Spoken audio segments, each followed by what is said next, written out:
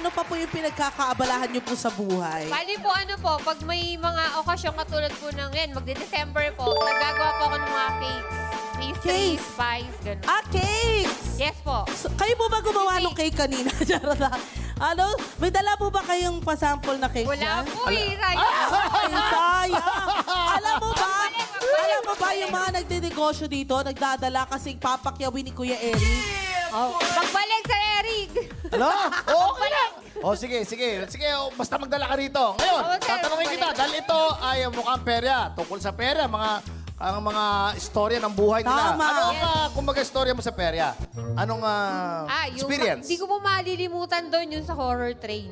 Sa? Horror train? Horror train. Horror train. Yung ano po, yung mismong pag ano doon ng train, kala ko, yung nangalabit sa akin, kala ko tao.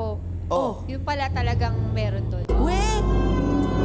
Paano niyo sabi na hindi yung tao? Nasabi ko po siya kasi po, noon pa, nung maliit ako, nakakita po talaga. Ah! Yun ang iniano sa akin ng tatay ko. dati. Ayun. Ako may kwentong ano din Ako ako, din eh. horror Ikaw train. din? Oo, kasi Ano? kaya matatakot na sana ako doon sa nananakot sa akin. Kaso yung may reload siya glow in the dark. Kaya hindi na lang.